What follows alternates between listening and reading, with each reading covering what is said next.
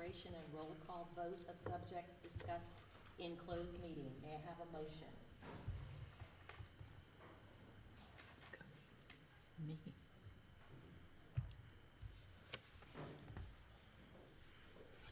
May I have a motion? Yes, I move that we vote on the subjects discussed in the closed session. Mr. Morgan, would that be to adopt the certificate of closed meeting? Yes, it would, I'm sorry, yes, it would. Thank you. May we have a second? Second. Any discussion? There being none, Ms. Lau, may we have a roll call vote, please? Mr. Morgan? Yes. Mr. Dodson? No. Ms. Diggs? Yes. Mrs. Hodges? Yes. Dr. Gibbs? Yes.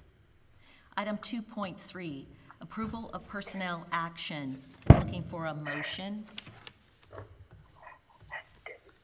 Dr. Gibbs, I'm sorry to interrupt. Could we go back to the last, the most recent vote? That this is just a certificate that we discussed in closed meeting, what we said we were going to discuss. It's not a vote on approving the personnel action. Yes, that is correct. My mistake. Change it to yes. I got it Thank you, ahead. Dr. Gibbs. Thank you, Dr. Gibbs. Thank you, Mrs. Hodges. Thank you, Mr. Dobson. Thank you, Ms. Lau. May I have a motion, item 2.3, approval of personnel action?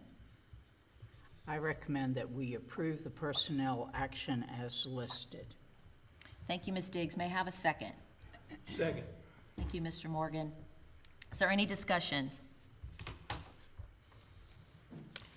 There being none, all those in favor say aye. Aye. Opposed? Opposed. 4 ayes, 1 opposed. Motion passes. Thank you. Closed meeting is adjourned.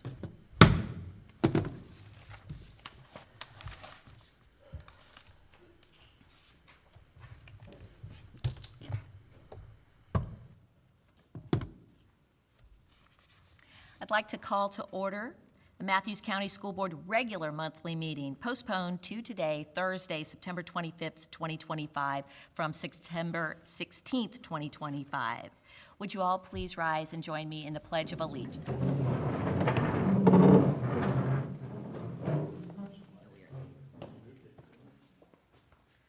I pledge allegiance to the flag of the United States of America and to the republic for which it stands, one nation, under God, indivisible, with liberty and justice for all.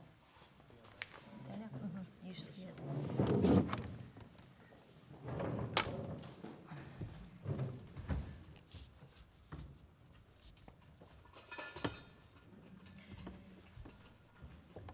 Item 1.3, I'm seeking approval from school board members present for absent members' electronic participation in regular school board meeting. May I have a motion? Yes, I move to approve the request from school board member Vice Chair Linda Hodges for electronic participation in September 25, 2025 rescheduled meeting from 17 Preston Point Road in Mathews, Virginia, due to an acute medical condition that prevents her physical attendance. Thank you, Mr. Morgan. May I have a second? Second. Thank you, Ms. Diggs, for the second. Is there any discussion? There being none, all those in favor say aye. Aye. Any opposed? Motion passes 4-0. Welcome, Mrs. Hodges. Thank you very much. Ms. Lau, may we have a roll call? Mr. Morgan? Present. Mr. Dodson? Here. Ms. Diggs? Here. Mrs. Hodges? Here. Dr. Gibbs? Present. Item 1.5, I'm seeking approval of the agenda additions and deletions. Yes, I will make a motion that we amend the agenda to delete item number 6.1, which is the HES School Facility Management Update, and to add item 9.6, which is a discussion of the VDOE cut scores. Thank you, Mr. Morgan. Can we have a second? I second that. Thanks, Ms. Diggs. Do we have any discussion? I would just like to mention that the deletion of item 6.1 with the HES item is going to be postponed and will be appearing on the October business meeting due to the company being out of state at this time and unable to attend. Any more discussion? There being none, all those in favor to amend the agenda by deleting item 6.1 and adding item 9.6, say aye. Aye. Opposed?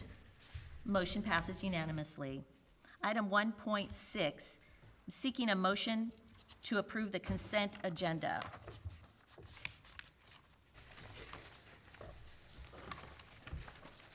I make a motion to approve the consent agenda as listed.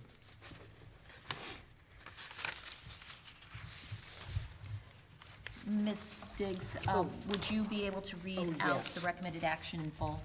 That's right. To approve the minutes of, is this the one, August 19th? Yes. Yes, August 19th, 2025, closed meeting, August 19th, 2025, regular meeting, adoption of FY 27 school budget development calendar, approval of overnight Mathews High School band trip, and monthly claims as presented on the consent agenda.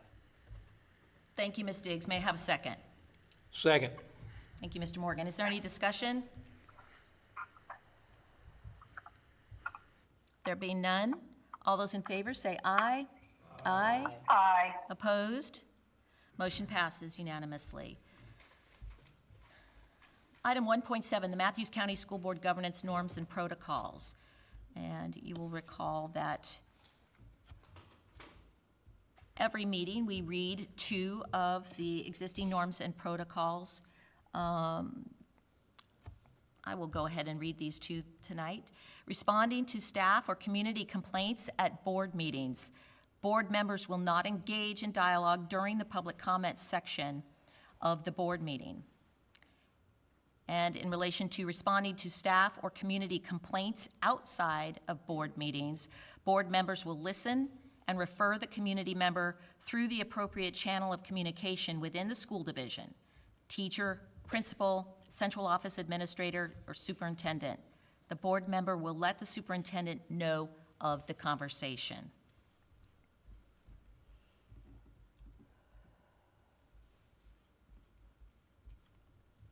Moving on to item 2, we welcome Miss Ella Ward to give her student report. Thanks for being here tonight. Thank you. Welcome. Sorry. Here's the happenings at Mathews Elementary School. Mathews Elementary School had a great start to the school year. Our pre-K and kindergarten friends are learning how to find the cafeteria and resource classes. All of the students are setting into routine and doing well. We're excited to have 5th grade at MES, and the students have trained the teachers to the Mathews Elementary School ways. We love our newly remodeled building. It is so white and bright. Students and staff are very flexible as these projects continue, and we look forward to the completed results. Mathews Elementary School has been blessed by many different community organizations who have donated school supplies. Some organizations include the Gwynns Island Civic League, the ETA Alpha Delta Kappa Sorority, and the Mathews County Women's Club. The students completed their STAR testing and are in the final stages of the VALLSS testing. All-in tutoring begins on September 29th for our 3rd, 4th, and 5th grade students. Running club starts this week, and our students are very excited about lacing up their sneakers. September is Attendance Awareness Month, so MES has been holding a random drawing each Friday to recognize students who have not missed a day of school. There is one winner from each grade level. The students receive a special certificate and a fun little prize. They are also featured on the Mathews Elementary School Facebook page. Here are some updates on Thomas Hunter Middle School. The Seahawks have been working hard the first month of our school year. We've had a great start and our students are learning new skills each day. THMS staff would like to recognize the Mathews Maintenance Department for their support of Thomas Hunter Middle School and assisting us to get the gym cleared out for students to enjoy PE. We appreciate your help. We are also very excited to have our new staff members, Ms. Sowers in Science 6 and 7, Ms. Hendricks in Math 7, Ms. Shootman in Social Studies 6 and 7, Ms. Bailey as our secondary reading specialist, and Ms. Robbins in our health and PE class. Welcome to the Seahawk family. Students have completed their STAR assessment, and some students have begun working on the VA LLSS test. Here are some exciting opportunities for students coming up. September 26th is Attendance Day Spirit Day, wear sports gear. September 29th, all-in tutoring begins after school. September 30th is a fundraiser assembly. October 1st is the Attend Dance for students with perfect attendance. October 2nd is Picture Day. October 3rd is SCA Election Day. And October 13th is a teacher work day. Here are the updates for Mathews High School. We've had a great start to the school year at Mathews High School. We had a great turnout for our volleyball jamboree on August 23rd, and the marching band performed for the public on September 6th on the court green of Mathews Historic Courthouse area for Market Days. After making a huge effort to try and keep our football season going, we were down to just 15 healthy players and had to forfeit the remainder of the season. But we appreciate the tremendous effort of Mrs. O'Neill for resurrecting the program and for every player who worked so hard to try to build the program.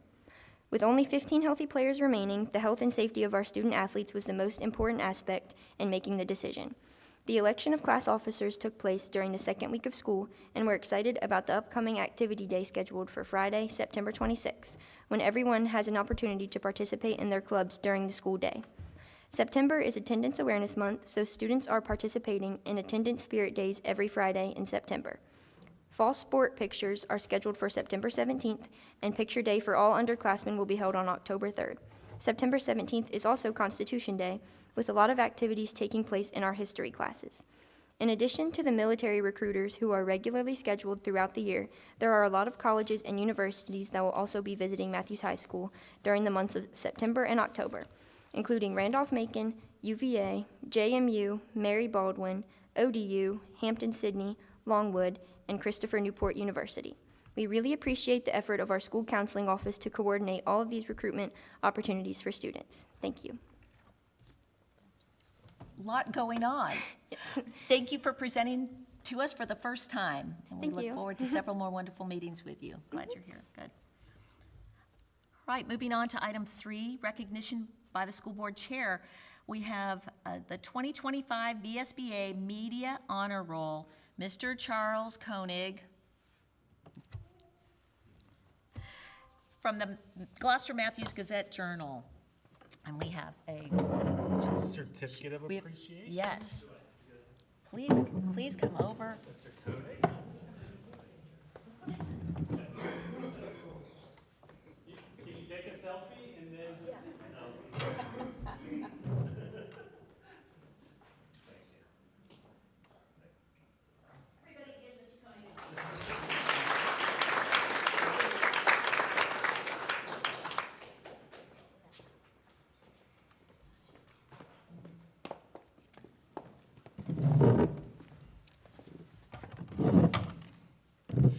Item 4.1, we have a retirement recognition.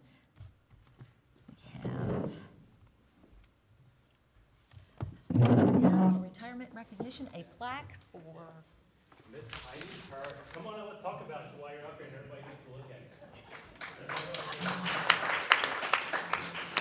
So Miss Hurst has been working for Mathews County Public Schools for 25 years. I think all the 25 as a bus driver. And so, especially as we're kind of thinking about last couple weeks and weather and we've got hurricanes kind of on the forecast and thinking about those things.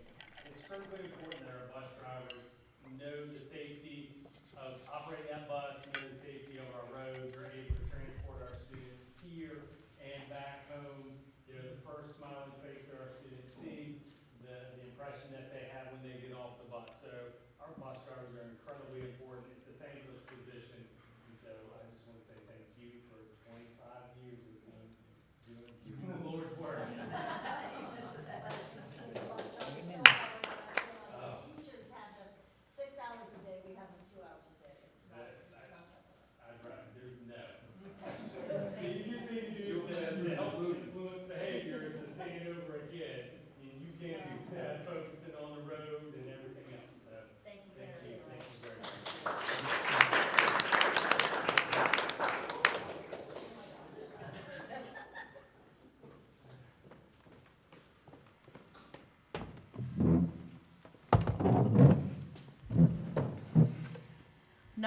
another wonderful recognition, item 5, student recognition, with Mrs. Michelle H. Williams, the FCCLA advisor. Would you please come up and speak to us once again on this amazing feat? This is getting, we're going to have to see each other outside of school board meetings at some point. Thank you for having us back again. This past year was a whirlwind at Thomas Hunter, and then in the last 6 days, packing everything and relocating to the high school, and we're still digging out from that. But in the midst of all of that, I took 3 children and 1 adult, and we flew, all but the dad, the girls and I flew to Orlando, Florida, to the national conference for FCCLA. While we were there, and I have to apologize, 2 of my girls had other commitments. One had a family emergency, and the other one's at a volleyball game. Go Blue. And then we have Abby, who left her cheer practice in order to come so that she could be with us tonight. But we had, when we went with states, we had 2 gold, 2 silver, and 2 bronze awards. Of those, only 3 of the children decided that they wanted to go to Orlando. It was a huge expense, but we worked with the community, and it was funded again with the help of our community. I couldn't do anything that I do without them. And so we took 3 of the girls. Abby was 1. Abby was a silver medalist in the state competition in Virginia Beach. Natalie Davis was a gold medalist for community service, and Autumn Segalini was a gold medalist for fashion construction. So that's 2 years in a row we've had a gold medalist in fashion construction. Amazing, amazing. Which is really amazing because I don't make clothing. So I know how, I just don't like to. But the girls went, you talk about watching growth. I've never seen anything like it. These girls had to stretch themselves. They met with the Ruritan Club 3 times. We met with several members of the community as we fundraised and made it happen. 2 of the girls had never flown before, so it was their first airline flight. They all survived, and we made it there perfectly. Dad picked us up at the airport. We got to the hotel, which was absolutely phenomenal. It was the largest hotel I have personally ever stayed in, other than the Gaylord. And we walked, it was about 7 or 8 miles a day just to get from our hotel room through the skywalk down to where the convention center area was where we were competing. So Abby was the last one to compete. So poor Natalie, she had to sit and watch the nerves and watch the tears, and Natalie competed second. Natalie competed second, Autumn was first, and in the shuffle of moving and packing from Thomas Hunter to the high school, poor Autumn's folder got misplaced in a box. So we got there, we had her mannequin, we had her dress, and thank goodness FCCLA is a user-friendly group of advisors. My roommate actually printed out the papers that we need, and I was running shortly out of a walking boot with the folder and with her forms, filling them out as I was running through the concourse, and got there as they called her in. Handed it to her, and I was having a panic, but I don't know how she did it, but she pulled off not only the gold at states, but Autumn pulled off a top 10 in the nation finish. Amazing. With a silver award at the national level. So we placed with the top 10. She was noticed and recognized on stage with the top 10 finalists. And if you could see the outfits that these people made, these children made, I've seen things that you buy off the rack that didn't look better. They were amazing, quite the competition. Abby's project is the Sensory Support Backpack Project.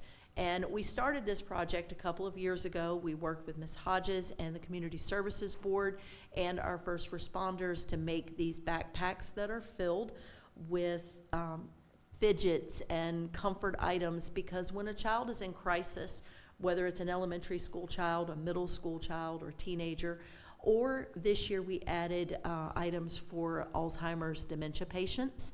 When they're taken to the hospital in an emergent situation, they are snatched up and they don't get to take anything with them.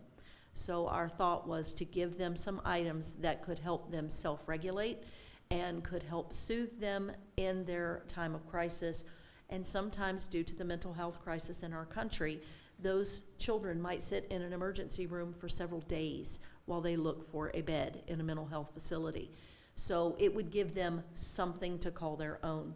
Last year we had 15, or year before we had 15. Last year Abby put together with her partner 35.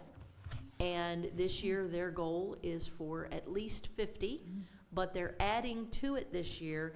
The one item for the Alzheimer's dementia patients was pretty pricey, and to depend on donations to purchase those would be a bit extreme.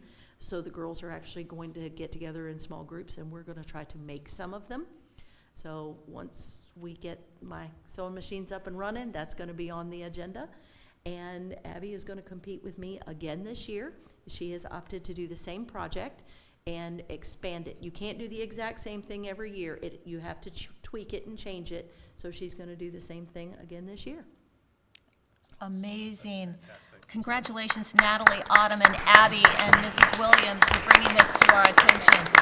It really is unbelievable for our small community. And just while you're up there, I want the Mathews County community to know that Mrs. Williams, rightfully so and so deservedly, has earned the Region 2 ACTE New Teacher of the Year for 2026 for Family and Consumer Science Teacher for grades 7 through 12 was named ACTE Region 2 New Teacher of the Year on Thursday, September 11th in Atlanta, Georgia. And you will be, Mrs. Williams, one of the 5 finalists to compete for the National New Teacher of the Year in Nashville, Tennessee in December of 2025, this December. Is that correct? That is correct. We are all rooting for you, and you should win. Absolutely. Congratulations. Thank you so much. I appreciate it. There is actually a press release that ACTE is working on. If they haven't already gotten it to the Gazette, they are going to be forwarding that. Fantastic. It actually details some of the things that the community has helped me accomplish in the last couple of years. And I can add super exciting, I got a phone call from a neighboring division asking me to come and help them recreate what I've done here in Mathews for their school division. So I could not ask. The trophies are beautiful, the accolades are wonderful, and I'm so appreciative, and I'm so humbled because I told the women at the conference, I told the president of Region 2, all I did was run my mouth. All I did was talk a lot. And when I spoke to Central Village Homemakers in August, I told them I'm just a teacher. I'm just a teacher that loves my kids. And I'm just a teacher that really wants them to have a foot up in life when they leave us. College is going to be a wonderful place for many of them. CTE is the wave of the future. It has come full circle. And we are looking forward to building a thriving CTE program here in Mathews. Family and Consumer Science is just one leg of that. I mean, what Ms. Hayes does, what Mr. Applegate does, what Mr. Williams does here at the middle school, Mr. Robbins at the high school for construction, and myself, we're going to see things big happen with CTE for Mathews County. I believe so. I believe so. Thank you, Mrs. Williams. Thank you so so much. And thank you, Abby, for being here with us tonight. Congratulations. Thank you.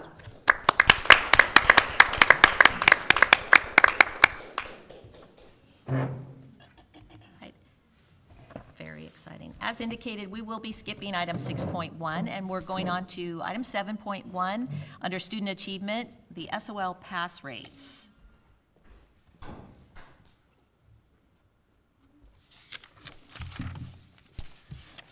Thank you. I'll start by saying there are going to be a lot of slides with a lot of data on those slides. So the pass rates, I'll start with some background. So the state of Virginia, Commonwealth of Virginia started issuing and kind of using pass rates as a currency in the last couple years. Typically, it's been overall student achievement, which has included growth and some other indicators of student success. But pass rates have kind of become the currency or the mark. It's also what the state has to pass on for federal accreditation and compliance.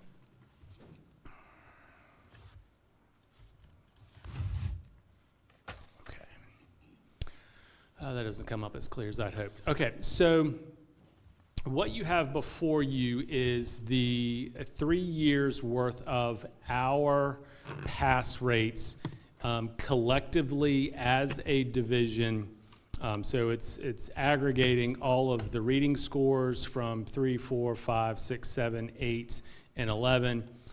English writing, to note, is only an 11th grade test. So the number of students participating in that test, while the bar graph looks the same as the other, there's a lot fewer students who participate in that English writing. So it is very cohort dependent. From year to year.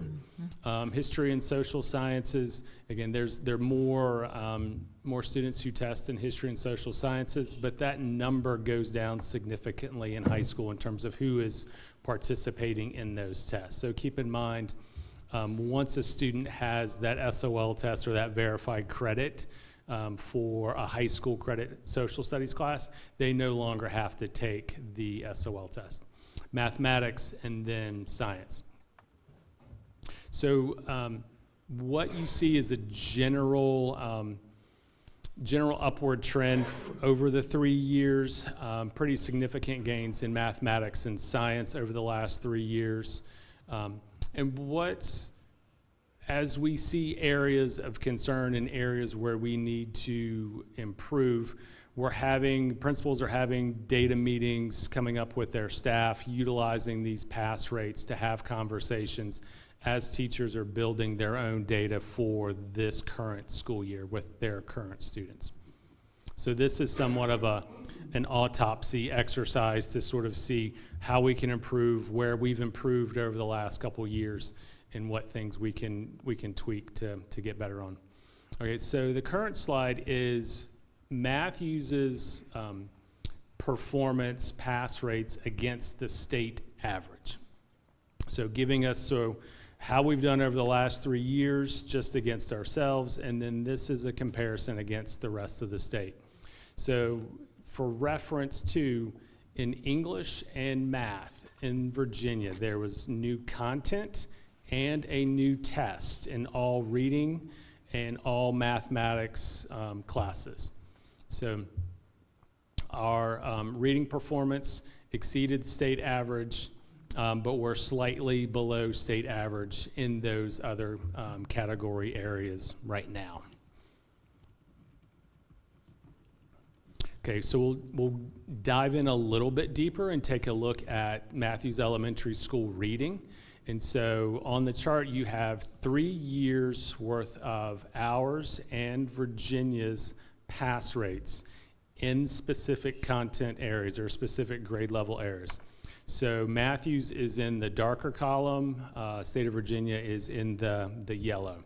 So where you see you're going to see as we go through a lot of these graphs, 3-year trend lines increasing in terms of improvement. So gains made over a 3-year time frame. Another thing to take a look at, looking at some of these tests, is you can look at cohorts of students. So if, for example, so if you turn around and kind of board member, so if you look at this particular group of 3rd graders here, that's going to be your 4th grade group 1 column over. So Ms. Diggs, if y'all want to spin around and look at the screen behind you. So for example, so this group of 3rd graders here is going to be this group of 4th graders. So you can look at, okay, this is where they were in 3rd grade, and that's the gain they made a year later. While we're still a little bit below what that state average is, there is a gain from this level moving up to that level. From this cohort, this group here, moving into that group there. So while there may be a dip from last year or the year before, it's important to take a look at, have there been gains from with that cohort of students? Again, we've got small cohorts, like we're averaging about 60 kids per grade level right now. So every student is about 1.5 points, if you will, in terms of a percentage point, roughly. So taking a look at, gains, every student is going to be very important. Okay, looking at our middle school reading. Again, so we see a dip with 5th grade. So that's a conversation that is occurring at Thomas Hunter. But again, with the other grade levels, you see some increased growth. You see areas where we're exceeding the state average on reading performance. High school reading. In this situation, 8th grade, while it hasn't in the previous years been associated with the high school, I went ahead and included it with the high school. And so we're having conversations at the high school because you see that kind of a 3-year trend of declining pass rates at that 11th grade reading.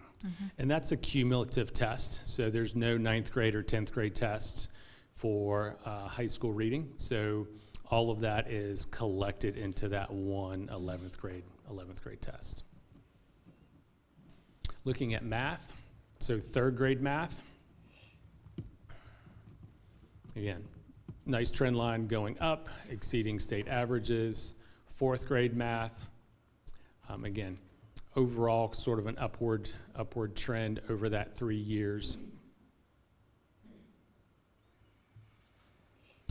Thomas Hunter math, again, significant gains with the 5th grade math group, especially in terms of the content being significantly below state average to being right at state average. Big jump in 6th grade. And again, so this 6th grade group in the middle, that 6th grade group there, is then for the most part that 7th grade group there. So you're seeing, again, gaining with the rest of the state, but also that cohort of students gaining skills and improving their math skills. High school math. High school math is, we've got some work to do there, as the graph and this sort of chart tells you. The silver lining here is looking at, again, gains in that 8th grade group over time. Another piece to look at is, for the most part, these 8th graders, so that first 8th grade column is the second Algebra 1 column, is then the third geometry column. So you're seeing growth from their performance in 8th grade, going into that middle column with Algebra 1, and then again with geometry.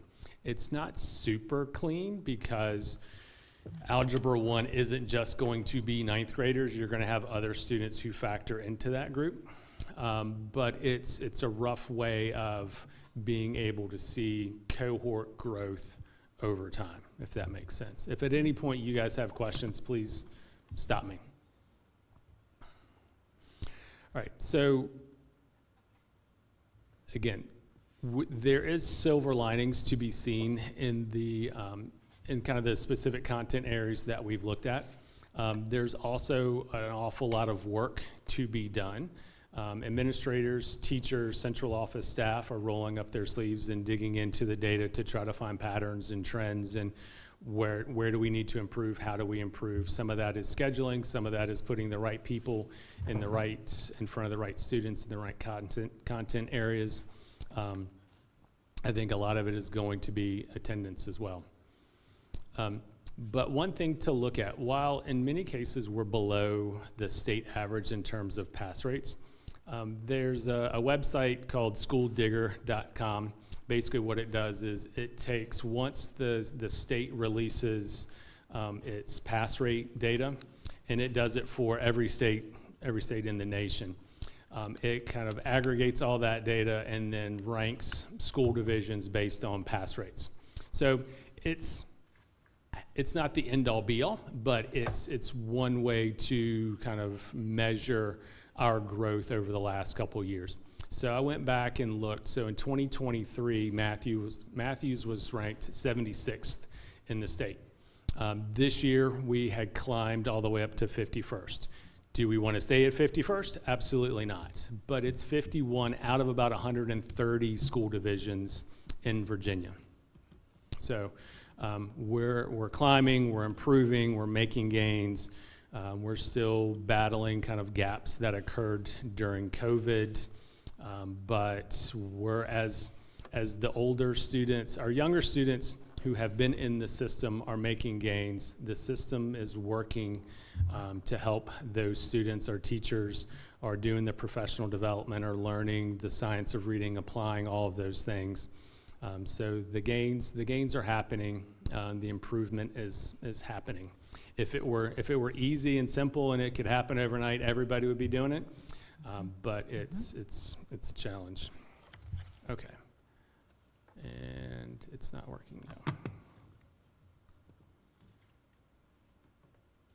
Oh, I think it started working. Well, It's the last slide. okay. Then there's a different, there was a, Mr. Anthony, I think I shared a different one, an updated one with you. I think that's the one, the older one that's in board docs, but I shared a newer one. I thought I did. Maybe I did not. May I ask a quick question? Yes, while ma'am. Mr. Yes, ma'am. Anthony's looking for that. All of this is making me reflect back on our strategic plan and our goals there. And I'm wondering if that document gets merged into these data meetings that we're having, that the leaders are having, to make any tweaks we need to make and to make sure that we're living up to those goals in the strategic plan. Yeah, so I was working, so the state data, the pass rates were released about 3 weeks ago, so I've been going through the state data to then fill in the strategic plan update. Great. So there's, there are portions of our strategic plan that are broken down by subgroup area. So I've been mining through some of the spreadsheets that the state has provided to update all of that. So hopefully, I hope by the October meeting, I'll have the strategic plan updates and sort of benchmarks as to where we're meeting, where we've met, where we haven't met, and then also kind of what's in progress. Wonderful. Did I not share it with you guys? You don't see it? Okay. All right. Well, I'll kind of talk through it a little bit. So there are, I added 3 additional slides. And it breaks out subgroup performance for reading and then subgroup performance for math over the last 5 years. Where we're seeing, again, upward trends in performance over those 5 years. One of the concerning areas is achievement of our students with disabilities. And so there's a significant gap with students with disabilities.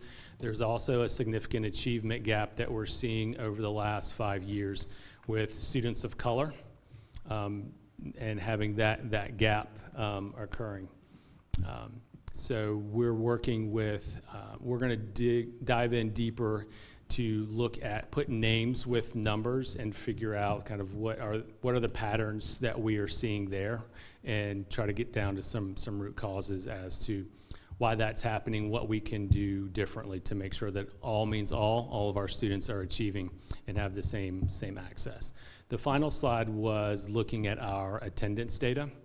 And so the attendance data, looking at our chronic absenteeism, and that has significantly declined over the last 3 years. So I'm trying to go off memory, but I think our division chronically absent rate 3 years ago was around 26%. That is down to just over 15%. I think we're at like 15.6. The high school 3 years ago was around 33%. It's down to just over 15, I believe. So they've almost cut theirs in half. The elementary school and the middle school were both sort of in the mid-20s in terms of their percentages, and I think they're both around 13%. For their chronic absenteeism rate. And for the audience and folks watching at home, chronically absent is when a student misses 10% or more of the school year. So if you roughly have a 180-day school year, if a student for any reason whatsoever is absent for more than 18 days, they are listed as chronically absent. It doesn't matter if it's a doctor's note, a funeral, you get the flu, you were suspended, it's anything, any absence, every absence counts, and so anything over 18 lists them as chronically absent, and that's a federal indicator as well. So, okay. We'll talk cut scores in a little bit, but pass rates, we are anticipating the new school performance and support framework, that metric for school accountability, being released in the next couple weeks. We are still awaiting the tentative data from the state on that, because the school accountability framework, which historically we used to talk about school accreditation and being fully accredited, that language has shifted a little bit. So when we're talking student performance, that's now school accountability. And it's more than just pass rates. It's pass rates, it's growth rates, it's attendance, it's the number of students who are enrolled in advanced courses. It's at the high school level, it's 3E, which is enrollment, enlistment, and employment, and there are various metrics under those categories. So there are numerous items that go into that new accountability system. So we'll spend some time in October walking through that accountability system, because there's a ton of information in that. And then I'll update kind of the slides, and we'll get that posted in board docs for those additional slides that I referenced. I apologize for not updating that. I added those slides after, in the delay from last week's meeting to this week's meeting. I kept digging in and saying, okay, well, this is important, this is relevant, we need to talk about this. So I apologize for not updating those. I'll send them to you in a minute. Questions on? Yes, Ms. Diggs. Not a question, but a comment on the wonderful absenteeism drop. That is hats off to all of the teachers, administrators. And Taryn Thomas.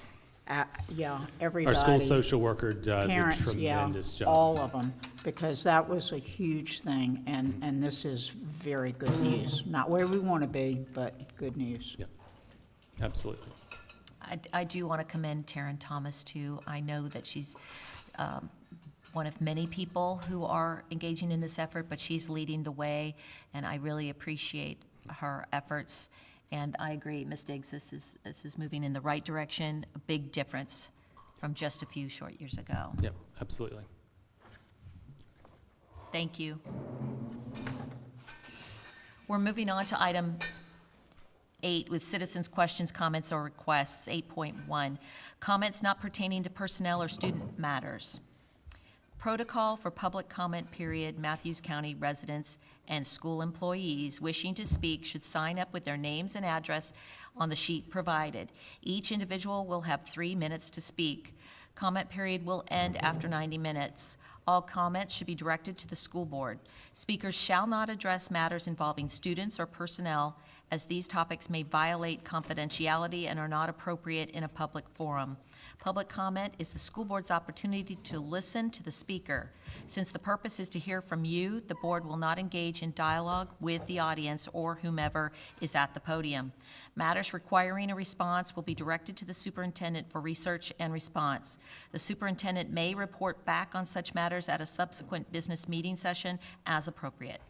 The school board carefully considers your comments when deciding on matters brought before us. We appreciate your attendance and your input. Our first speaker tonight is Dr. Rosemary Smith. Welcome.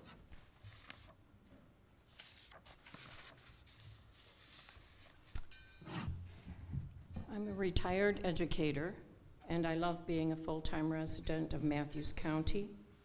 I want Mathews County to thrive, and for that, as we all know, we need young families. Families seek good schools. In Virginia, recent history indicates that as parents evaluate a school system, they seek the ability to play a role in their child's education. Hence, Governor Youngkin's victory over his opponent, who stated parents should have no role. Indeed, all across America, more and more states, there are currently 33, are providing some form of school choice for all income groups to escape failing public schools. The main rallying cry for choice is education, not indoctrination. Parents naturally seek to form their child's cultural and philosophical principles based on their own beliefs and lived experiences. I would say that the abundance of American flags displayed in both public and private areas of Mathews indicates the lived experience of our citizens is a strong sense of patriotism and a love of America. I've begun to worry a bit that some parents may have perceived this as lacking in our schools.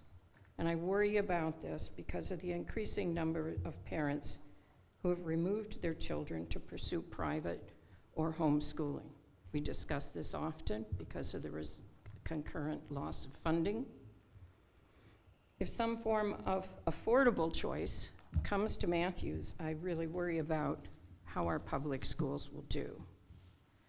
Therefore, I was really dismayed when a member of our school board declared in print, published for all parents to see, an overt disdain for the America of today, indicating it is unrecognizable, implying it is in decay, calling a cabinet member warped, and stating ICE is destroying pursuit of the American dream.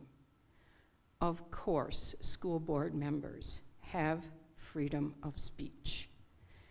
However, I doubt that a weak introductory caveat of personal opinion will mitigate this clear demonstration of bias, this sense of superiority, of knowing better than the 69% of Mathews citizens who voted for the current administration for the America of today. How much damage has this done? How many parents will see this as support for the indoctrination of beliefs contrary to their own? How many more students are going to leave? Thank you, Dr. Smith. Dr. Smith, could you, for the record, please state your address for the clerk? My address is 155 Blue Crab Drive, Moon, Virginia. I put that on the written paper. Thank you.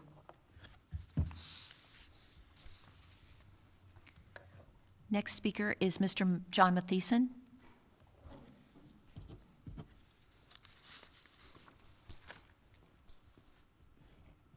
Good evening, everyone. I have a couple things to go over real quickly. Number one, our last Dine to Donate for the Gwynns Island Foundation will be held on Wednesday, October 8th at Olivia's over in Gloucester. Once again, Gary Ward, who is very involved, and his family has for a very long time with the Mathews schools, and Mathews is generous enough to let us be over there. We will be having that again Wednesday, October 8th for breakfast, lunch, and dinner, and we hope to see a lot of you over there. And all the proceeds that we receive from that will again go back to Mathews schools and to students. The second thing is the next night, on October 9th, Thursday night, the Gwynns Island Civic League will be having a candidate forum for school board who are running for in this year's election, and also Board of Supervisors. We will have much more information coming out on how those things are going to be organized, and that will be in the paper next week. We'll be getting together with Mr. Koenig. But we are coming up to the end of our year, and I just want to also take this opportunity to thank all our sponsors, to thank the citizens of Mathews who have given so generously to us so we could give generously back to this community. As far as fundraising goes this year, we increased 50%, and we are in totals now that we never dreamed we were going to be able to achieve. And so again, thank you to everyone for that, and we really appreciate your support. Thanks. Thank you, Mr. Mathewson. Do we have anybody else who'd like to approach the podium tonight?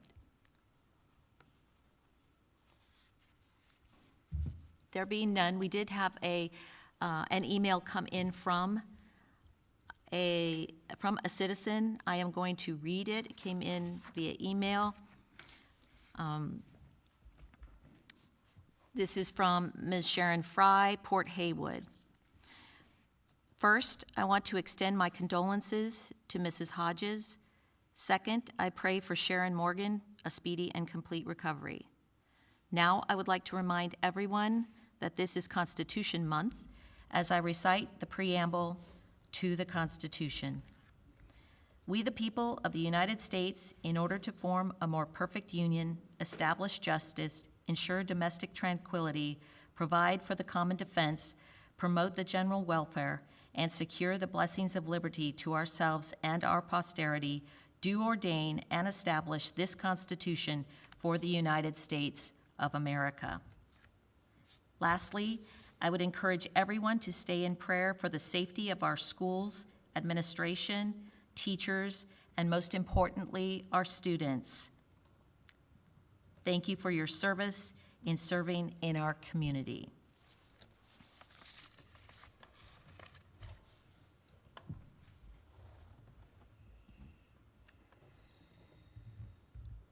Moving on to number 9, Dr. Daniel. Could I have a couple of minutes? That will be upcoming. Oh, okay. Thank you, Mr. Dobson.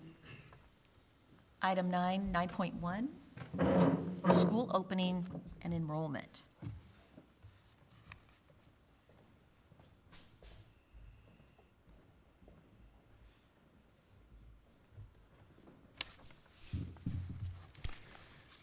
All right, so I think I've got all these slides because I just sent those today. So, so a little bit on our enrollment. I'll start with a little bit of definition between enrollment and ADM. ADM is average daily membership.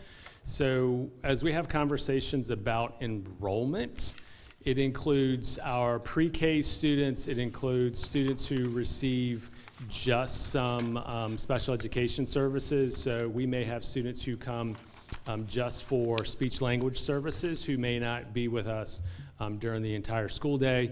We have students who are enrolled with us who are served either in regional programs, regional special education programs, private day programs, et cetera.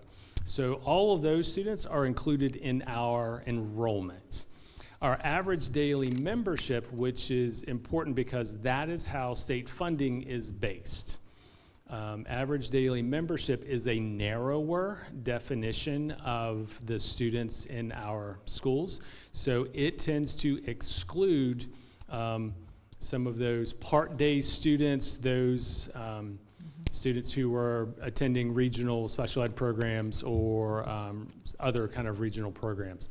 So some of our students who attend, say, even in this situation, Chesapeake Bay Governor School or some of our welding programs, or because they're being served at a different educational institution, we don't get full sort of credit for those students in terms of funding. So just keeping that in mind, because sometimes reports will come out and talk about our enrollment and they don't necessarily line up with ADM, and that creates confusion as to, well, why aren't your numbers matching up? And it's sometimes because you're talking about different things. So I just wanted to have that out there. Okay, so going over our enrollment trends over the last 22 or so years. And this is based on a September 30 count. So I'm jumping the gun a little bit by posting 759 because it's not quite September 30 and enrollment can change on any given day. But the September 30 count for Mathews in 2003 was just under 1,300 students. I'm anticipating for our September 30 count to be 759 students for this year. On average, I went back and did some calculations. On average, we've lost about 25 students each year since that 03-04 school year. And I only went back to that year because that's what was easily accessible on the state website. I could pull that September 30 counts all the way back to that year. That was easiest. But you can also see that there are trends and there's significant drops in enrollment, specifically the 2020 and 2021 school year. And then again, you see a pretty significant drop in the 23-24 school years. So the good news here is that from last year to this year, we didn't experience that 25. We've experienced a 10 student decline. My first couple years here, I think the first year was, I think we dropped 80 students and then another 45 students the year after that. So those are significant impacts on the budget. That seems to have leveled out a little bit. The next graph, again, it's the font is relatively small, so I apologize. But what you're seeing is homeschool and also religious exemption. Sometimes those things are kind of lumped together, but sometimes, but they are two separate entities when we report them to the state. So last year, again, you see a big increase in homeschool participation in Mathews. And actually Mathews isn't alone. For the most part, our region has a relatively high percentage of students and families who participate in homeschooling. So last year, again, this is a September 30 count that we submit to the state. Last year, I believe that number was 134 was last year. This year, we're at 130 for homeschool. We're up slightly with religious exemptions. The number of students is concentrated in a small number of families is I guess the easiest way for me to explain the religious exemption piece. So they have some younger students who are now of schooling age and who they are electing the religious exemption is what that is. We don't see an increase in the number of families electing the religious exemption component. So, a little bit on class size. Again, a lot of information there because I think as we talk about enrollment, there's typically a question that comes up about class size. So kind of the top section is last year broken down by grade level teacher or content area teacher. So I'm not those 4 grades, kindergarten through 7. That is not including the elective teachers. So that doesn't include PE, art, et cetera, because they're not necessarily going to be factored into that class average. It is at the high school because of the mix of how the master schedule works at the high school. So you'll see an increase in our primary grades in terms of class size. Part of that is we have a bumper crop of kindergartners this year. And then the second impact of that is we went from 3 teachers in first grade down to 2 teachers in first grade, tracking that relatively small kindergarten class from last year, then moving into first grade.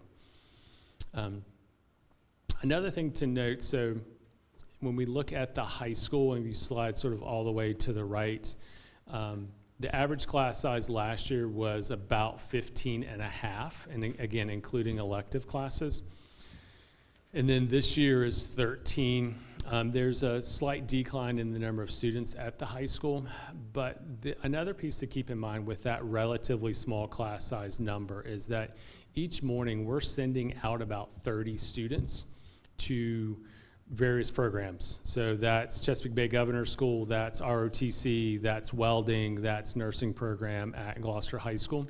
So we're sending students out to provide opportunities in other areas to pursue their passions and pursue their interests.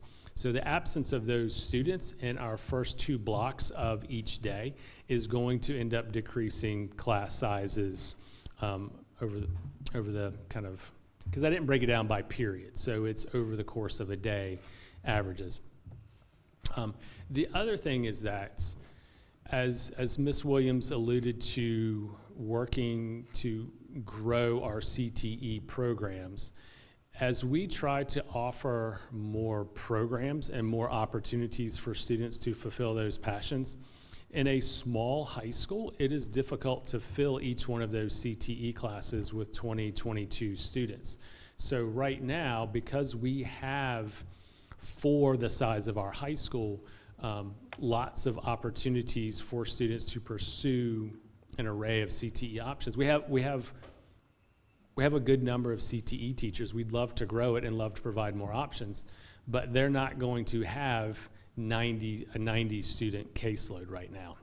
But it's important that we have the teachers to provide those skills, that workplace experience for our students. So there's not going to be high class size numbers. So that's part of the tug, looking at class sizes, but also looking at course options and opportunities, credential earning potential for our students at the high school. Okay. Any questions with enrollment, kind of where we stand on that? No? Okay. I just want to say that I'm thrilled with the numbers this year. I think we are sort of beginning to slow the leavings, and I'm looking forward to next year and see if we can maintain that or start to get a boost. And for the boards, to remind the boards, we budgeted for ADM of 725. Last year we budgeted for an ADM of 750. So we're in line, we're a little probably better than what we budgeted for last coming into this school year. So we're holding. So that's, again, going into year 3 here in Mathews. Not starting at a significant deficit in the budget is a good thing. Is a good thing. It's somewhat, I won't say it's been relaxing opening to the year, but that's one less thing to worry about right now. So.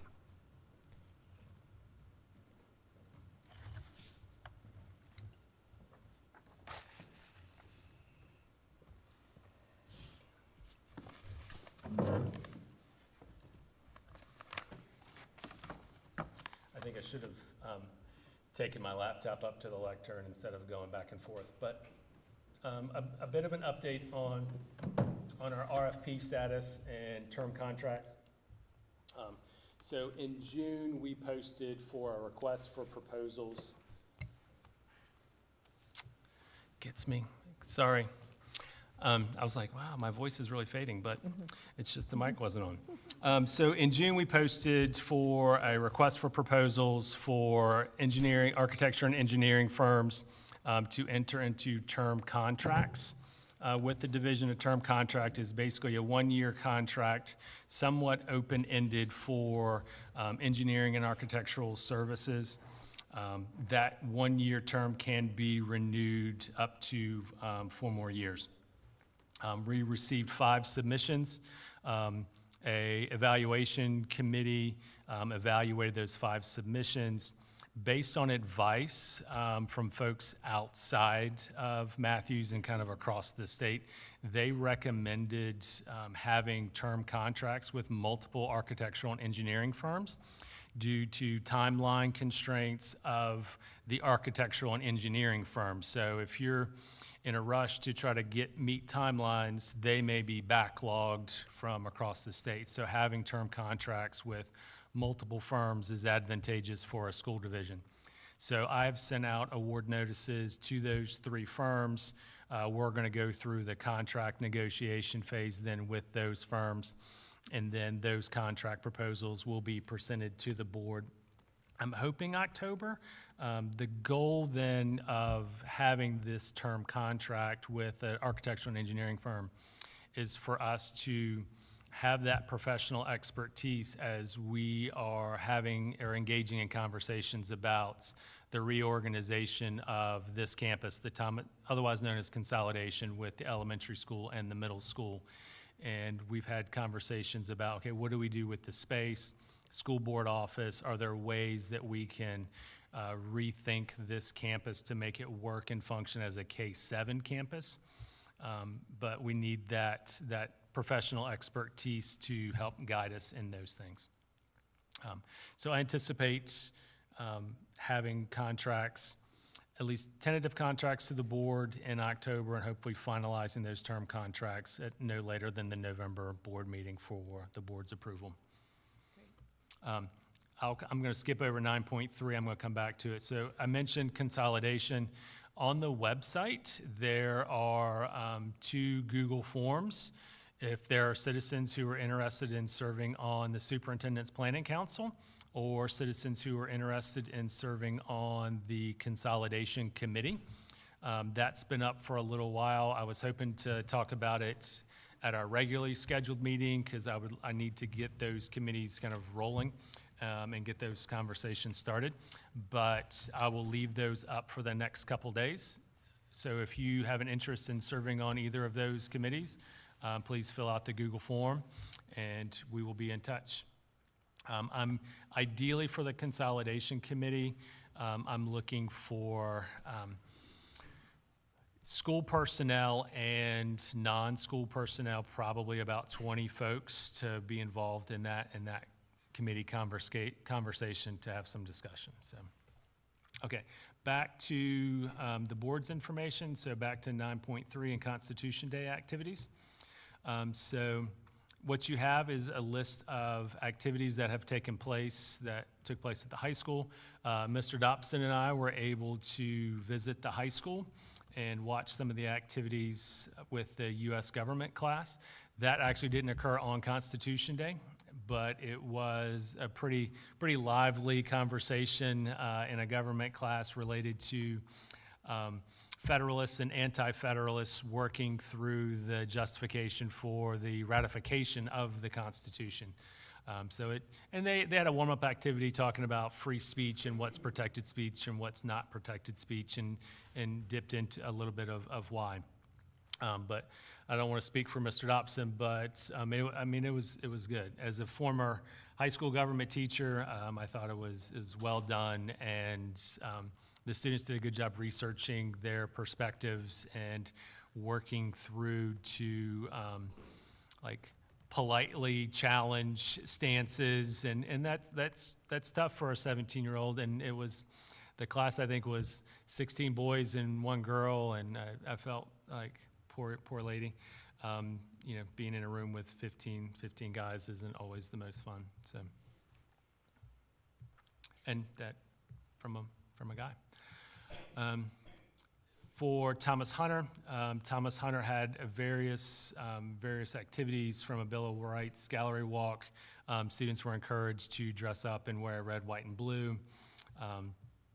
A Living Constitution project, morning messages. All the schools had morning messages on the day to recognize the day. And then at the elementary school, it's broken down by grade level. And so what was sort of grade level appropriate to begin helping our students understand the significance and importance of our national Constitution.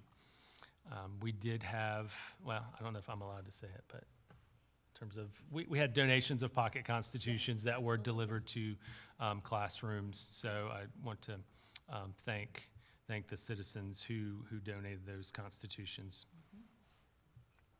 Okay. Any questions on Constitution activities? No? Okay. Moving on to. I'd like to make a statement. We attended a classroom, and I remember when we used to have things like that, if you remember the old show, it was a debate type format, everybody was dressed well and everything like that. This wasn't quite the same atmosphere or the same type of way it was presented, but I will say one thing, the kids were good at what they did that day. You had the Jeffersonians and the Hamilton's bunch, and they did a good job. I was impressed because I didn't think they were going to do that well, but they did do well. And so at least history's still thriving.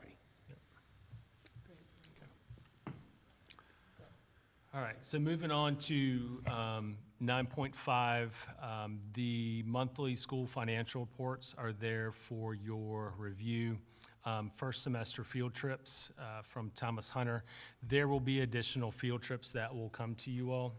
I know Dr. Gibbs and I had an earlier conversation about field trips with an eye towards the Virginia 250. So we've had conversations with teachers at all three schools to look at field trips and opportunities for our students to live, experience, and be a part of the Virginia 250, the National 250 really celebration. So those will be coming in the next month or so. I do want to bring your attention in 9.5 to a couple policy or rather regulation changes. So JJAG-R is a state mandated heat advisor, guidelines, I guess, for lack of a better word. So the board approved a relatively open policy with instructions to the superintendent to come back with regulations. So this is the regulation that goes along with that policy. Spoiler alert, it is pretty much the Virginia High School League's heat guidelines that are issued to athletic directors, principals, and coaches, but it is quite a detailed document. It's a good document, and so it made sense to make sure that our heat guidelines are in line with what the Virginia High School League is requesting all of their athletes, coaches, and athletic directors follow. The other regulation to call your attention to is GCBD regulation, and it is related to the sick leave regulation and defining what is eligible for sick leave. You have the red line version and then the final version. What was eliminated from the bulk of what was eliminated from the original regulation is now covered under a bereavement leave. So there is within our benefits package for teachers a bereavement leave. So it was no longer necessary to have that under sick leave. And then it was also sick leave being for no less than an hour. So,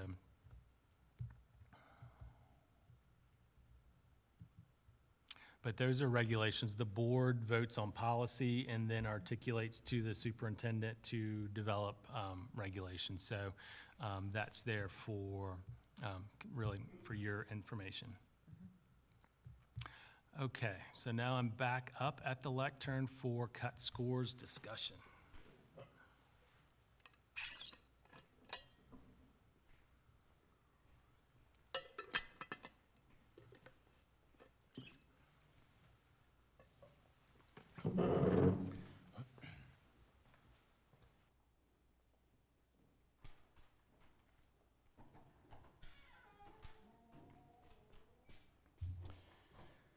So across the nation, well, not across the nation, sorry, across the state, there has been a great deal of conversation over the last probably week or so about increasing the cut scores on SOL tests. So cut scores, and so what I'm presenting to you all is these are pulled from a Virginia Department of Education presentation on the cut scores. and part of their logic as to why and the potential impact that it would have on pass rates that we just talked about. So at the Virginia Board of Education met today. I received an update from our Superintendents Association. The Board of Education did pass higher cut scores. What will be voted on in October is the implementation plan for those cut scores. So there will be higher cut scores in Virginia. The when has yet to be determined. So this will change some of the presentation slightly. Okay, so a little bit of background.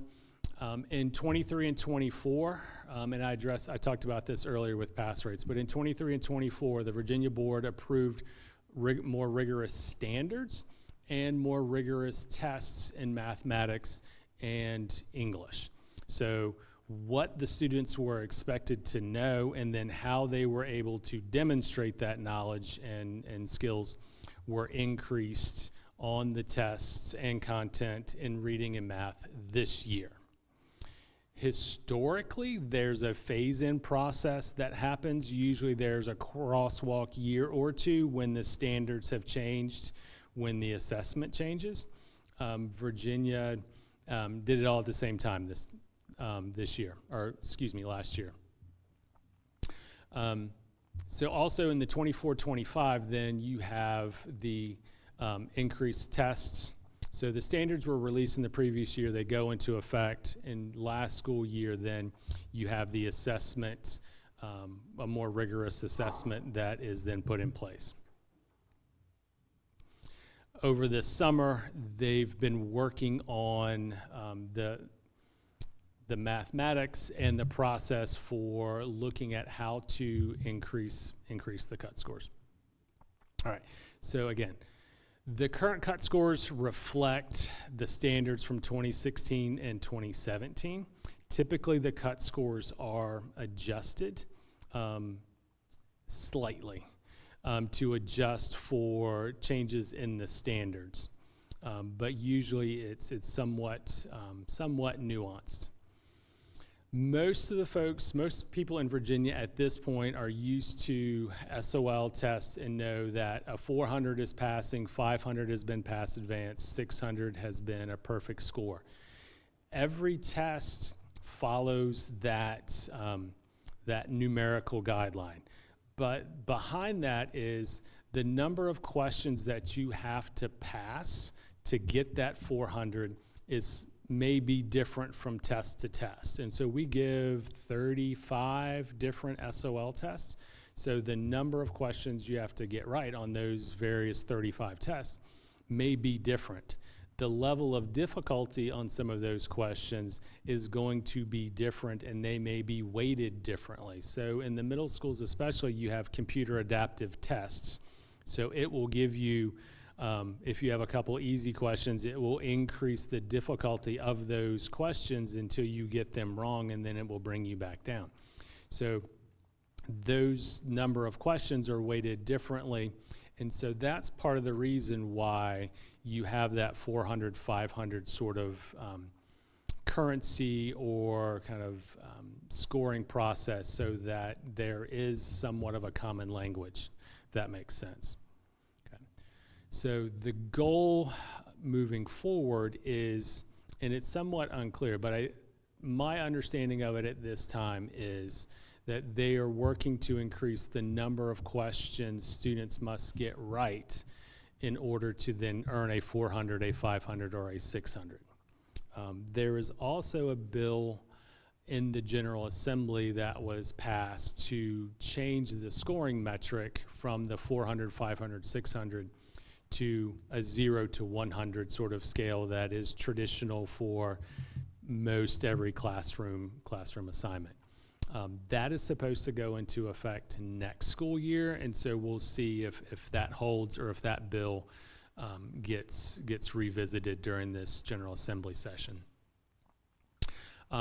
Some of the rationale authored offered by the Virginia Department of Education and the Board of Education for why they're engaging in this process. I'm not going to read the whole slide, but basically it's setting a high bar for success, making students more competitive, both within Virginia and across the nation, and really working to drive excellence in our public schools by raising expectations. I will say a big part of the push is as this conversation occurs, it always occurs with referencing the NAEP, so the National Assessment of Educational Progress. So that has been a topic over the last actually probably 2 years in Virginia with Virginia's performance on the NAEP and how Virginia compares with other states in the nation. Okay, so here's what the recommended cut scores, if they were put into place, what it would equate to on that current 400, 500, 600 kind of scale. So for example, proficient in third grade reading would move from 400 to 444. In the end of course, that's English 11, that's high school. So 400 with an increased cut score would be today's version of a 479. So our students would need to score a 479 on the English 11 SOL test in order to pass. That makes sense. And there's the comparable levels for mathematics. So it's a significant increase. It is a very significant increase. I will also kind of draw your attention to one other sort of interesting piece of this. And so within Virginia, I think there are multiple entities working to improve schools in Virginia and improve the rigor and increase the student performance. So the General Assembly is attacking it in one direction, and the tools at their means. The Board of Education is also doing that. But when you have different entities sort of attacking it, you sometimes get mixed messages or some things don't make sense. So for example, and again, if I can point your attention to the chart so it's easy for me to point it out. So if you look at the proficient column for grade 7 mathematics, it would now be a 430, okay? So part of the recent General Assembly legislation was requires students in the upper quartile of math to be enrolled in advanced math. So for example, a student who scores in the upper quartile on their grade 7 SOL test would be required to be offered Algebra 1 in 8th grade, okay? So if you scored in the highest, based on the legislation, if you score in the highest quartile on your grade 7 SOL test, you would then be required to be offered enrollment in Algebra 1 as an 8th grade student. The upper quartile for grade 7 math last year started at 425. So one push is to accelerate, but that would capture a student who, under this framework, would not have even passed. And that's a small window. It's a student who's, between a 425 and a 430. So that, I think it's important then the board of Education is taking smart steps in, yes, we're increasing the rigor. Now we're going to take a little bit of time to talk about the implementation timeline in order for students to get there, and teachers and schools and communities to get there. But in the short term, what you're going to see is an initial dip in pass rates. And so the next slide, again, these are from the Department of Education. were looking at 3 other states as they increased rigor, what the initial drop in pass rates looked like. So you see some significant drops in ELA, English Language Arts, so anywhere from 20 to 30 points in Illinois. In Massachusetts, you're looking single to double digits, and probably 10 to 20 points in Tennessee. Okay, so this slide looks at their projected then pass rates with new cut scores. So if you look at, and the colors are a little difficult to see, again, I apologize. So across the chart, you have grade 3, 4, 5, 6, 7, 8, and then end of course. At the very top, in that kind of yellowish color, is pass advanced. So that would be the percentage across the state who would pass advanced. This gray band is regular, is just pass, and to be proficient. So what they're saying is with new cut scores, if they applied those cut scores to last year's SOL tests, Virginia would have had across the state a 37% pass rate. And we could pull up kind of the comparison slide, but I think Virginia's pass rate in English Language Arts was about, I want to say it was about 68%. I'd have to pull up the slide to confirm that. But looking at English, there for Virginia, these cut scores, my interpretation looking at this graph is that you're going to see about a 30 percentage point decline if this were implemented like that. Again, board voted to increase the cut scores, but to look at an implementation timeline that is not this year, okay?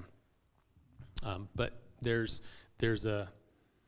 we had a hill to climb before in terms of student achievement. The hill is going to get steeper in the next couple years.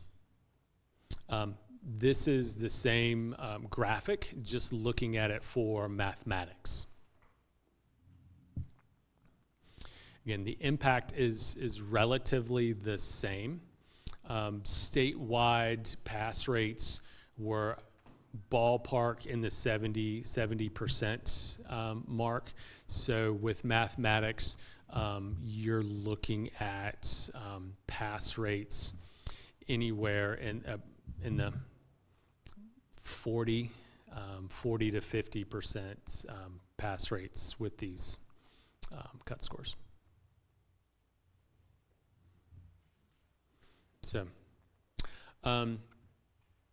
again, some of this is now dated because I think there were 2 options that the Board of Education were going to review. There was option 1 that looks like phases it in over 4 years. I think option 2 was phasing it in over 8 years. There were some calls for, 4 years and 5 years. There were some calls for an 8-year phase-in plan as well. But my hunch based on different entities is it's probably going to be a 4-year, 5-year kind of phase-in approach. A lot of concern exists. Again, before the board was having conversations about phasing in, is you have seniors who have been working, who may still need an SOL test for a verified credit this year in order to graduate. They may still be working on getting that end of course English 11 SOL, that writing SOL. Maybe they got here late, maybe something happened and they need a science SOL. So they're still working to get down to the wire to get an SOL test to graduate. And so if were these to be implemented this year without much head start or notice, then you're jeopardizing a lot of students' ability to earn that diploma. So again, I think 12 hours later, like 12 hours ago, this was lots of concern, lots of consternation, and there probably still will be within across the state. But I think it's hard to argue against increasing student achievement and wanting more for your kids and wanting better for your kids. But it's also, I don't think any of us could be told right now, all right, well, I'm going to need you to run a marathon in the spring, and so let's get to it, and best of luck, without kind of a long-term kind of program or training program to get you there. You don't kind of meet those milestones overnight or by the snap of a finger. Or like I said earlier, if it were easy, everybody would be doing it. So again, multi-year phase-in. One of the other things that the state is looking at is, so right now there are categories for below basic, basic, then historically we've had proficient, and then advanced. So the board during this phase-in period is looking at another category called approaching. That when I first saw the presentation, honestly, my comment was, I don't know that we need another category for failing. But apparently during the conversation, approaching is a temporary pass. It would count as a pass as we're moving up to meet the new cut scores. So so the approaching category for performance level would only be available during this phase-in period. The other piece, again, that they have to work out is that school performance and that accountability framework that we had talked about a little bit earlier, that we're going to talk more about in October. Like, you get different points for students on how they score. So that school performance and support framework, that accountability framework, part of the metric is you get 1.25 points for a student who passes advanced, 1 point for proficient, 0.75 for this, 0.5 for that. Well, that whole framework had nothing for a category called approaching. So as they work through this, they're also going to have to go back and tweak that school performance and support framework. So there's just a lot of, it's not as simple as, hey, we're changing the grading scale. There's numerous ripple effects that go into this. Again, that's sort of, they then with the, what it would look like with approaching and how that would impact. So again, they're looking at, on that particular grade 5, about 39% of students would demonstrate proficiency, and then you would have another 21, I guess, percent approaching proficiency. So the information that I've received is that the Department of Education will be meeting with superintendents next week. They're setting up office hours to with each region to go through the phase-in proposals, to get superintendent feedback on those phase-in proposals in advance of offering the recommended phase-in proposal to the Board of Education at the October meeting. So we'll learn a little bit more next week, and we'll see by our next board meeting kind of where we stand and what that phase-in looks like. Again, that's looking at option 2, running through some option 2. Just a little bit about NAEP. And again, because it comes up in the conversation quite a bit. So the NAEP is generally administered only in grades 4 and 8, and it's done every other year, typically in even numbered years. And we are actually and school divisions are randomly, and actually schools are randomly selected to participate in the NAEP. So you don't get to volunteer for it. You get voluntold that you're going to participate in the NAEP. Larger schools, it's a random sampling of students within your school. Small schools, it tends to end up being like everybody in that grade level because they want a certain, a sample size. And we are selected, Ms. Hunley, for Fourth grade reading and math. So our fourth grade students will be taking the NAEP this spring in reading and math, because we were randomly selected. The frustrating part about the NAEP is twofold. One, we received no data back from our student performance on the NAEP. So I will never get any sort of spreadsheet information how our fourth grade students did on the reading and math test. Their parents are not going to receive any information on how their kids did on the reading and math NAEP. Virginia standards are not written to align with the NAEP either. So there's been some study, some assessment to assess how closely aligned they are. The one study that I read is they're about an 80% alignment, Virginia's, and they looked at, I think, the fourth grade and the math grade, fourth grade and eighth grade math, and there's about an 80% alignment. But our students, if you're missing 20%, you're missing 20%, and that's difficult to capture. So another study that I saw too, again, looking at the NAEP, and it's easy to find things to criticize about the NAEP, but it's been an institution, and there are enough students who take it every 2 years to provide reliable trend data for where we are in state to state. I mean, I think if you get into the weeds on it, it's easy for me to, complain about, well, like this is, why my fourth grade, why not so-and-so's fourth grade, or, but one of the other criticisms is, of the schools, 78% of the schools selected to take the NAEP in Virginia come from 4 school divisions. So, okay, I'll say that again. So 78% of the schools in Virginia who are to administer the NAEP come from 4 school divisions in Virginia.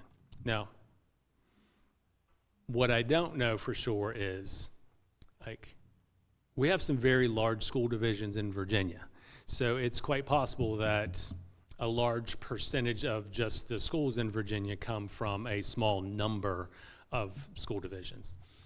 But on the face of it, it's an easy way to have some concerns about the reliability of the data that is being pulled from this. Another piece of it is, the students don't get a grade for taking it. They're told, hey, we're going in to take this test today. You're not going to get data back on it. Your parents aren't going to get a report on it. It's not going to impact your grade, but I want you to do your best. So fourth graders are typically gonna do that. Eighth graders get a little, middle school gets a little squirrely, so I don't know that an eighth grader doing it for the good of Virginia is gonna kind of do it. But again, you've got enough students who are doing that, and you've had that type of student over the lifespan of this. So okay. And then also too, just kind of recent changes that have occurred over the last several years with Virginia and moving the bar. So again, I've talked about new standards in reading and math, new assessments, a new accountability framework that's coming through that has required school divisions to adjust kind of what we're doing. So an example of that is like ASVAB. So because ASVAB is part of the school accountability framework, now in terms of that's part of that 3E enlistment category, we now give the ASVAB to all of our 11th grade students. Like it was an optional test for students who were interested before, but you pivot based on how you're being measured. And then also too, probably the most significant, other than changing the cut scores, is the Science of Reading and the Virginia Literacy Act that went into full effect K-5 last fall, is expanding 6-8 this year. I mean, that's a significant change in how reading instruction is happening in all the elementary schools in Virginia. So that's a massive, massive change. So there's as much change as we've done just in Mathews. There's a lot of that is related to the massive amount of change that is happening at the state level. So just lots of things. Questions on cut scores that I may or may not be able to answer at this time? Yes. Dr. Daniels, back to the example you gave about a child who passed, let's say, at 425, or, yeah, maybe 430, and the cut was at 425, and they would be recommended to go to take algebra in 8th grade. Is that recommendation, can the parents and child accept or decline? Yes. So the legislation, the way it's written is for students in the upper quartile to then be automatically recommended for an advanced math class. The parents can then opt their students out of that advanced math class. I would not recommend a 425 on a grade 7 math test to then go into Algebra 1. I don't think a 7th grade math teacher would make that recommendation. A middle school principal, school counselor would make that recommendation. But it's parents then have that option based on the legislation, based on the bill. Yes. Dr. Gibbs, I have a couple questions. Yes, absolutely. The first one is to follow up to Ms. Diggs' question about the recommendation for enrolling students in Algebra 1. Does Dr. Daniel know if that's based on any research that these students that get these certain cut scores, that they have found that they are successful in taking Algebra 1 at an earlier age? That's the first one. And the second one, if I understood him correctly, that these selected schools, there were 4 schools in the state that were that are utilized are selected for the scores at the federal level, and if so, where are those 4 schools? Where are they, if he knows? So to clarify, it's 78% of the schools come from 4 divisions. Oh, I So it's see. not just 4 schools. I haven't seen a list of the schools. I've only seen a report that states that. So I probably need to do a better job before kind of spouting that out to have seen where it's cited. And so I haven't seen the list of schools. It was reported on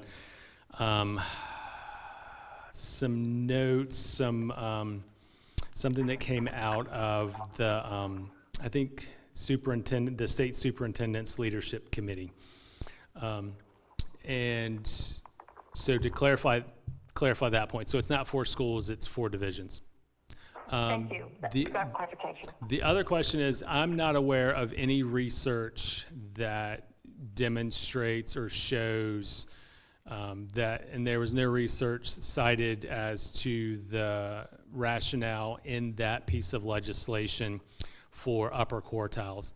My unresearched opinion is that there were school divisions were doing kind of one of 2 things. They were either trying to shove students into Algebra 1 who weren't ready and wanted to say, Algebra 1 by 8th grade for everybody. And I think there were also school divisions who were doing the opposite and withholding advanced mathematics opportunities for students to bump up SOL pass rates. So my gut feeling is that they were trying to find a legislative remedy to get school divisions to allow for advanced mathematics. It's also super difficult if you're in a small school to find a middle school math teacher who has that high school endorsement to teach Algebra 1. So if you're in a small rural middle school, we're lucky. We're busing our kids to the high school, the Algebra 1 endorsed teacher. But in some localities, that may be a 45-minute bus ride. So that's difficult to do. And so it's hard to staff that. So they, you know.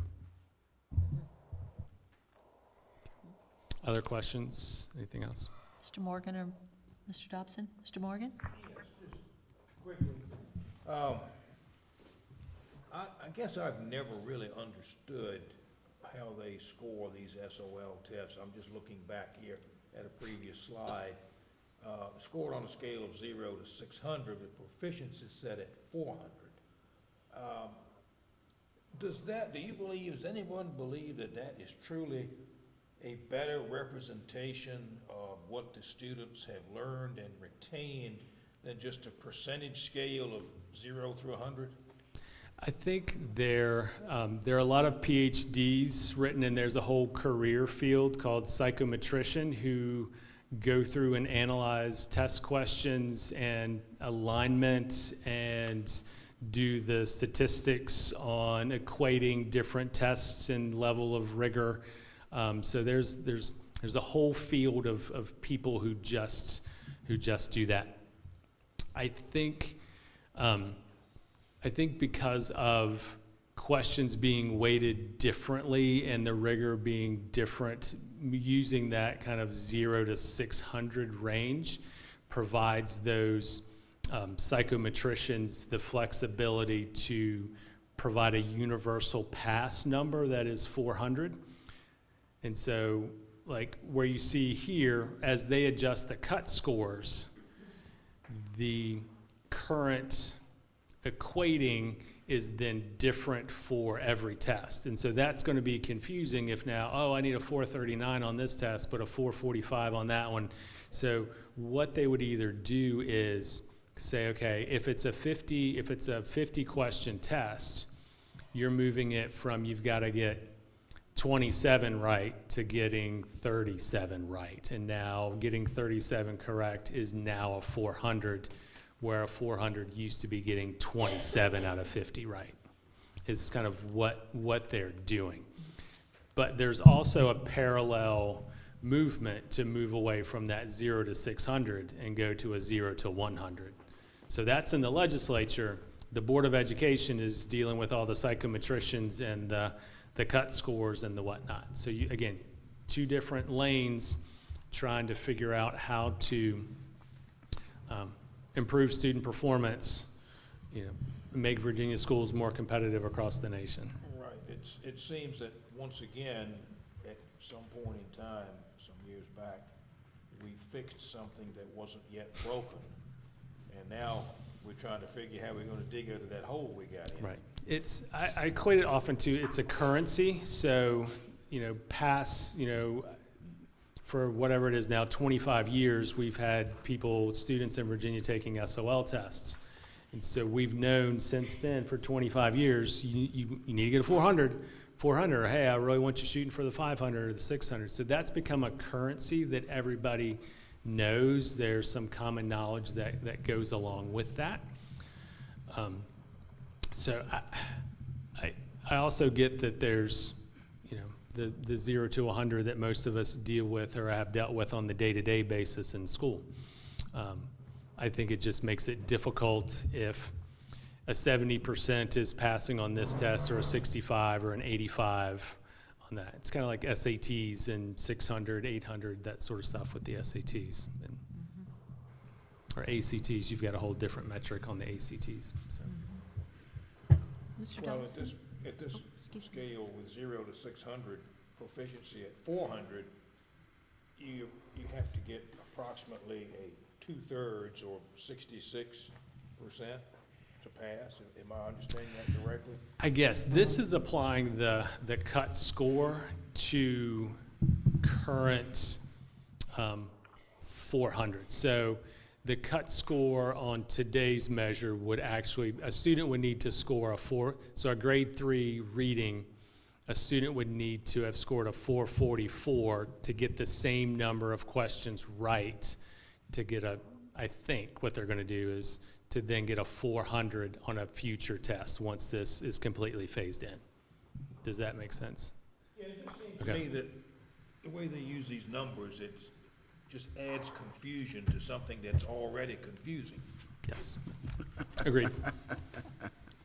Lots of Thank PhDs written on that stuff. Mr. Dobson, do you have any comments? No. I just want to say that definitely, thank you, Dr. Daniel, for taking a very complicated, convoluted topic and simplifying it and helping us all organize it as we go through this tumultuous time of change. It just, I'm anchored back to probable parent concerns, which is, can my child read, write, and do math? And because that's always at the heart of what we're looking at, I'm wondering if this is making your efforts in MTSS, strategic plan, I mean, just thinking very locally about our schools, our teachers, our classrooms, while all this is going on around us, that we are working well and controlling as much as we can for the actual teaching of our students. So part of our strategic plan is then making sure, our goal is to have a 90% pass rate. So we may need to adjust and look at what that pass rate would be with these new metrics, because we were looking at old cut scores. I'm confident that the process that we are getting or training on and working with school-based administrators to look at data is the right process. Right. What we can begin to do then is up where our bar of concern. So we've talked about when we've looked at STAR testing, and we've looked at meets benchmark is improving, and so Right. that bar then begins to move up as well as we adjust for the ever-increasing cut scores with SOL tests. I think the impact for us is going to be not in really changing the process, because that's there, and it's easy enough to tweak kind of what the benchmark measure is. I think as more, the potential exists that we're going to need more support staff in order to get students who are struggling to make that amount of growth over the next 3 to 4 years. It's also like looking at then we've got to start earlier too. So how, like, working with our preschool partners and making sure our VPI classes and community outreach, that students are prepared when they're coming in and reading over the summer and doing things over the summer, that it now becomes much more important for it to be a community year-round effort. And I'm not saying go to year-round school, but I'm saying that, you know, the learning can't stop on June 9th and only pick up again on August 25th. Like, we have to have continual growth. So we'll have to look at summer school differently probably, and making sure we're capturing more students with summer school. And I think we're looking at, I think the 2 weeks didn't work out so well. So I think we're going to go back to looking at a 4-week summer school. We may have to look at different funding models to get teachers, and how do we get like the right people for summer school, and we may have to look at, you know, after school tutoring programs, and do we need to transport students? How do we get students to stay here and back home? So it'll generate more questions on how best can we serve students and get students up to the level that they need to for these cut scores. But the process that we're doing now lends itself to getting us to this point. Just the hill got steeper. We're still doing the right things. It's just the hill's going to get a little bit steeper in the coming years. Well put, well put. Any last questions or comments for Dr. Daniel? Thank you so much, You're Dr. Daniel. That was very helpful. Moving on to item 10, school board informational reports. 10.1, we will have a school board town hall meeting Thursday, October 23rd, 2025 at 6 p.m. in this building, the J. Murray Brooks Auditorium at Thomas Hunter Middle School. Item 10.2, we will have a school board work session Thursday, October 30th, 2025, from 8 a.m. to 3 p.m. at the Chesapeake Bank in Mathews, the community room. Another date to remember for item 10.3, there will be the school board legislative school tour on Thursday, November 13th at 9 a.m., beginning at Thomas Hunter Middle School. Item 10.4, we will have a community and civic organizations representatives tour Tuesday, February 3rd, 2026 at 9 a.m. at Thomas Hunter Middle School. I'm going to repeat that one. That's item 10.4, Community and Civic Organizations Representatives Tour, Tuesday, February 3rd, 2026, 9 a.m. at Thomas Hunter Middle School.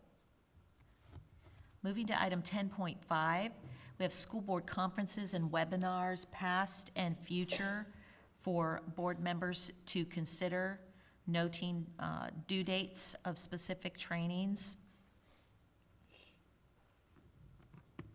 And finally, item 10.6, board and committee reports by school board members and superintendent. And just a note, we do have all of our dates filled for the Board of Supervisors meetings. We are booked. Mrs. Hodges will be, a note, Ms. Lau, I took Mrs. Hodges' place at the September 18th meeting. I am slated to have October 16th, November 20th, and then Mr. Dobson is slated to have December 18th. Moving on to item 11, action items. I believe this is the first time since I've been on the board. We do not have any action items tonight. Item 12, citizens' comments on items discussed during our meeting. Do we have anyone who'd like to approach the podium for this purpose?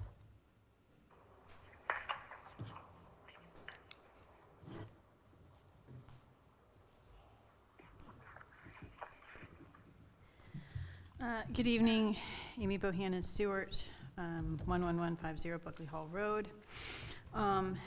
So I noticed we have an upcoming work session for the school board from 8 to 3 p.m. You were just talking about it.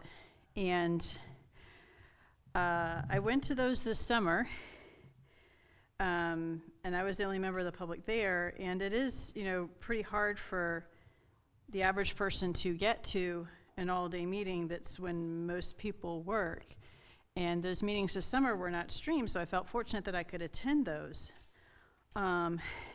But is this work session going to be streamed, or will at the very least be recorded somehow so that people can access exactly what took place? And I know you can't answer questions, but I think you should think about that and make sure that that happens, so that everybody can, at their own leisure, after work, in the evening, watch, listen to whatever happens during that work sessions. Thank you.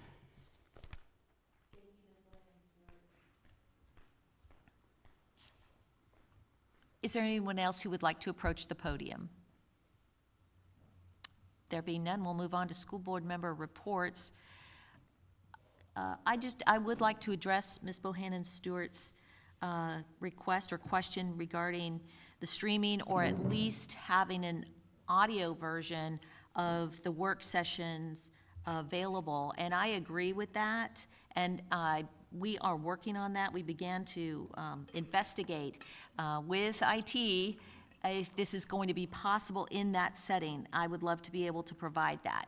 I do think that an 8 to 3 session is a full day. It is something that we absolutely do require several of a year, and it's a full day. And so we're going to have a full day. We're going to have full day sessions. But yes, should they be transparently shown to the community?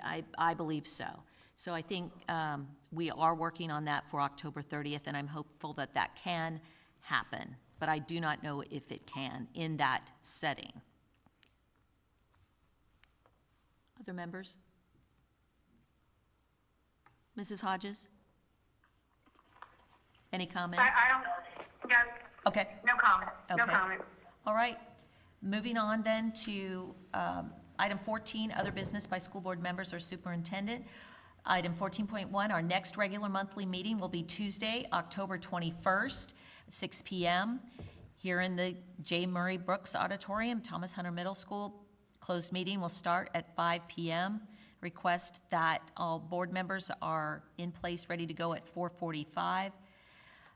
Item 14.2, School Board Town Hall Meeting, Thursday, October 23rd, as previously mentioned, at 6 p.m. in this same building, the Brooks Auditorium, Thomas Hunter Middle School. And finally, another reiteration of item 14.3, the School Board Fall Work Session is Thursday, October 30th, 8 to 3, Chesapeake Bank, Mathews Community Room. Are there any final comments by anyone, board? Dr. Daniel? Ms. Hunley? Okay. Thank you for coming out tonight. This meeting is now adjourned.